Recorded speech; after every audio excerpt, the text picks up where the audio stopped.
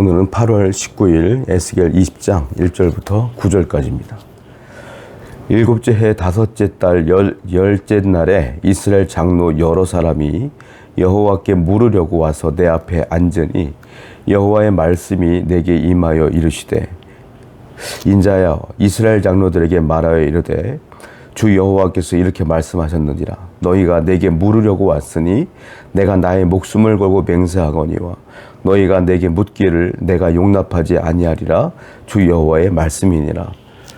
에스겔에게 이스라엘 장로 여러 명이 찾아옵니다. 찾아와서 질문을 하기 위해서 왔어요. 하나님의 뜻을 물으려고 온 겁니다. 자, 그 자체는 좋은 거죠. 하나님의 뜻을 묻고자 선지자 에스겔에게 찾아왔으니 그 말 자체는 그 행동 자체는 좋은 거예요.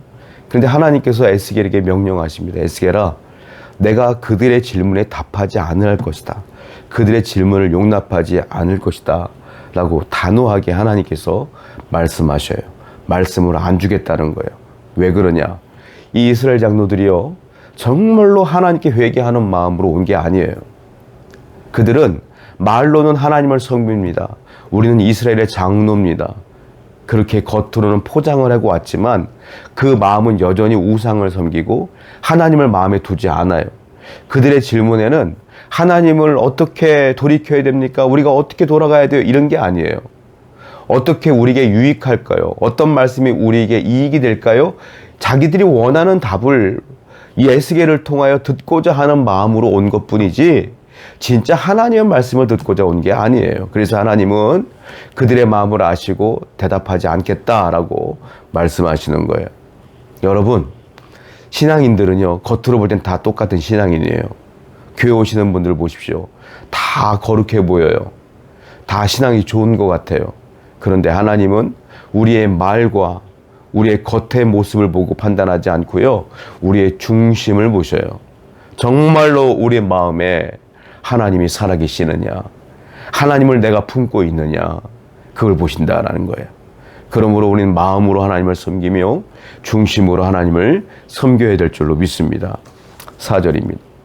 인자야, 네가 그들을 심판하느냐, 네가 그들을 심판하려느냐, 너는 그들에게 그들의 조상의 가증한 일을 알게 하여 이르라. 주 여호와께서 이같이 말씀하셨느니라. 옛날에 내가 이스라엘을 택하고 야곱 집의 후예를 향하여 내 손을 들어 맹세하고 애굽 땅에서 그들에게 나타나 맹세하여 이르기를 나는 여호와 너의 하나님이라 하였노라. 하나님은 에스겔에게 이렇게 말씀하세요. 내가 이스라엘을 애굽 땅에서 구원하지 않았느냐, 이 말이에요. 내가 애굽 땅에서 그들을 인도하지 않았느냐, 내가 그래서 그들에게 내가 너의 여호와 하나님이 되리라 말하지 않았느냐. 그런데 지금 봐라, 그들이 나를 잊어버리고 우상을 섬기지 않느냐, 이 말씀이에요.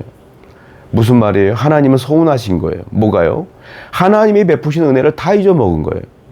여러분, 하나님이 서운한 이유는 내가 은혜를 잊었기 때문이다. 여러분들은 하나님의 은혜를 입었어요. 부정하실 수 없죠. 여러분, 하나님의 은혜를 입으신 분들이에요. 여러분, 과거를 생각해 보세요. 하나님의 은혜를 주지 않았으면 여러분들 지금 이렇게 살아갈 수 있겠습니까? 하나님이 지금도 우리에게 건강을 주지 않으면 살아갈 수 있겠어요?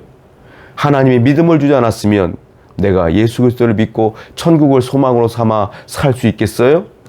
그런데 우리는 순간순간 원망하죠. 원망한다는 건 뭐예요? 과거의 은혜를 잊은 거예요. 하나님을 서운해 하십니다. 여러분, 하나님의 은혜를 잊지 마세요. 어렵고 힘들 때일수록 과거에 주신 은혜를 기억하며 이 힘든 상황 가운데도 하나님이 역사하실 것을 굳게 믿으며 소망을 품고 살아가는 여러분 되기를 축원드립니다. 6절이에요. 그날에 내가 내 손을 들어 그들에게 맹세하기를 애굽 땅에서 인도하여 내어 그들을 위하여 찾아두었던 땅 곧 젖과 꿀이 흐르는 땅이요 모든 땅 중에 아름다운 곳에 이르게 하리라 하고, 또 그들에게 이르기를 너희는 눈을 끄는 바 가증한 것을 각각 버리고 애굽의 우상들로 말미암아 스스로 더럽히지 말라. 나는 여호와 너희 하나님이라 하였으나. 여기 보면 하나님께서 출애굽을 시키면서 그들에게 은혜를 주셨다는 겁니다. 그런데 하나님은 딱 하나의 조건만 걸었다는 거예요. 물론 하나님의 은혜는 조건이 없어요. 그런데 하나님은 그들에게 은혜를 먼저 주시고 그들을 출애굽을 시킨 뒤에 가나안 땅에 정착할 때 그들에게 주셨던 하나의 조건이 뭔지 아세요? 여기 보면 이렇게 써 있어요. 7절에 보면 애굽의 우상들로 말미암아 스스로 더럽히지 말아라. 우상 숭배하지 말아라. 애굽 땅에서 섬겼던 그 우상을 그대로 섬기지 말고 너희는 나 여호와만 바라봐라. 여호와만 바라봐라. 우상 섬기지 마라. 여호와만 바라봐라. 이게 조건이라는 거예요. 그런데 은혜를 이미 입었지만 그들은 그 조건을 이행하지 않아요. 우상을 섬겨요. 다른 신들을 섬겨요. 그러니까 하나님께서 은혜를 유지시켜 줄 수가 없다 이거예요. 자, 여러분 이걸 아셔야 돼요. 은혜는 조건 없이 하나님께서 주시는 거예요. 그런데 그 은혜를 유지하는 것은 내 자발적인 거룩한 삶, 순종의 삶, 경건의 삶에 달려 있다 이거예요. 이해가 되시죠?